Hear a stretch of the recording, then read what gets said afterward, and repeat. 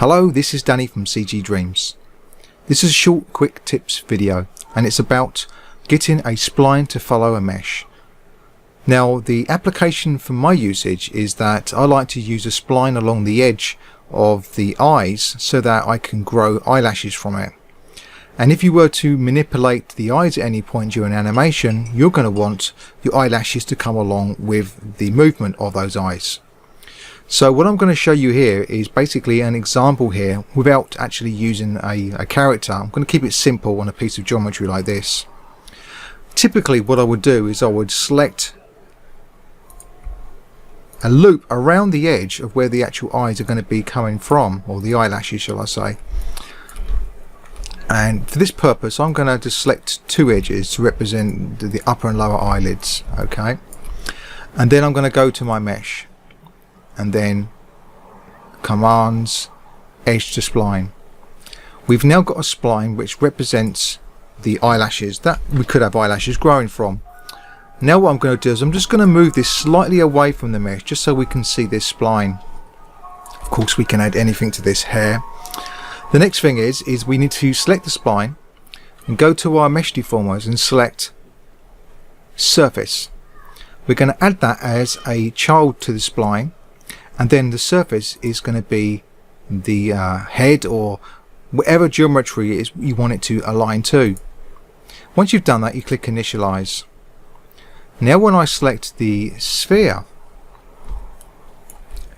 and I select a point on the sphere or multiple points, you can see here that is actually affecting the spline, it's pulling it along. And again, if I was to select a couple down here, you can see that it's moving the spline down here, but it's not adjusting the spline up there. So you may be thinking, well, what if we've got a spline much closer? Well, we can just have a look and see how this works. We've got, let's just delete that, shall we? We select two edges that are very close to each other. Do the same thing again. Edge to spline, take that away and just move this out from the geometry just so we can see it. The same principle again. We're going to go surface, spline, and make a child of the spline, and then we're going to choose and initialize.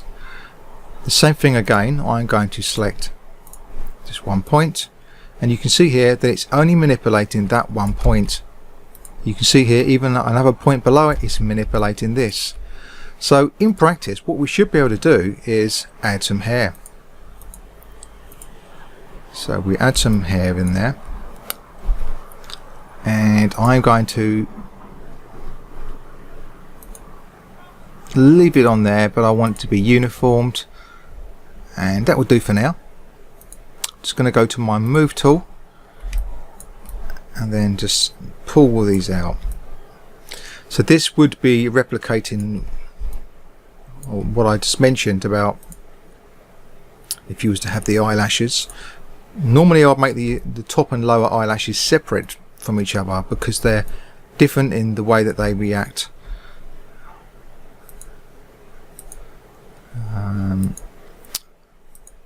Or the way they look. So we've got the upper, we invert that selection, and then we've got the lower. Okay, this will do for us. The next thing is I just want to increase this count, and then we will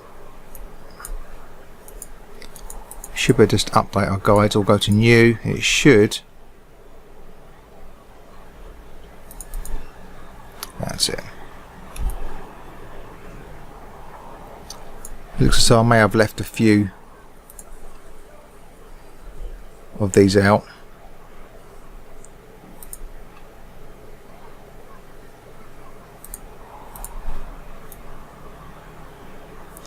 So that's just select all of these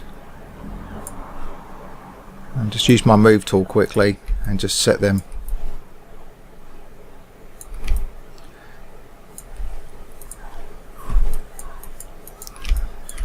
Not going to do anything fancy with these, just That'll do. Okay, now if that's the case, I should be able to keep my hair within the sphere and my spline within the sphere, so that when I move the whole sphere and it's animated, everything's going to move with it. And at the same time, if I wanted to right click and go to my character, morph pose, and then we're going to create a point based.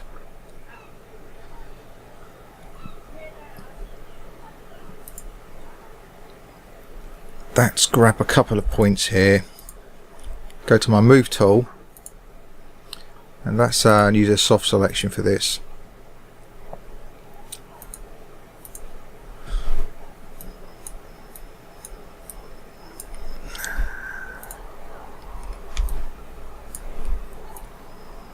You can see here that the spline is very nicely moving with the eyes, so let's just select all of these. This is assuming that we're simulating the equivalent of the eyes opening. You can clearly see that the lashes are following the contour of what I'm doing.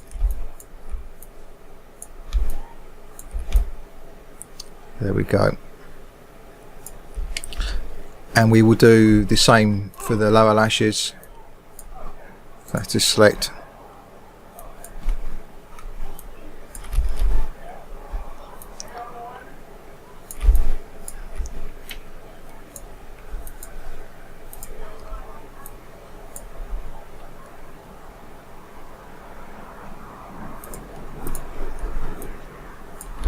There we go, that will do.